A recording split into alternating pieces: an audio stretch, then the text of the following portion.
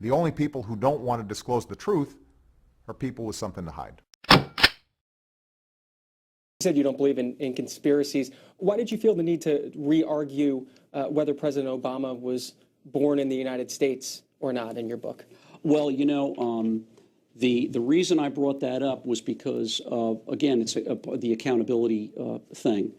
We're debating, and for the readers, I talk about a lot of things in my book. This is one of them. You know, you might say, what's that got to do with the Iraq War? Well, the fact of the matter is, everything starts at the top. As I said earlier in my interview, who are we electing as presidents? Just because somebody gets elected president doesn't mean he's right for the job. And I'm not saying that just about Barack Obama. I'm saying it about George Bush. I'm saying it about a lot of people. We need to elect better presidents. And now they're saying the whole debate about the 14th Amendment, well, you know, it's open for interpretation. Well, when Obama was elected, the fact to me was that he was not able to prove that he was born in the United States. There's no question his mother was an American. Now they're saying, don't need that proof. All you need is an American parent. But at the time I wrote that, the whole debate was the guy even born here in the United States? Now that's a real that's a major that would be a topic of discussion between you could call me a birther, you can call me whatever you want, but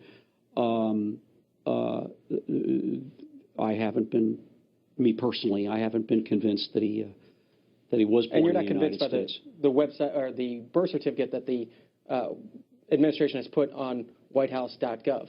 No, that only makes it more doubtful, because his birth certificate, the hospital on the birth certificate, first of all, it's a certificate. It's a facsimile of a birth certificate. It's not, and no one's ever said this. I will.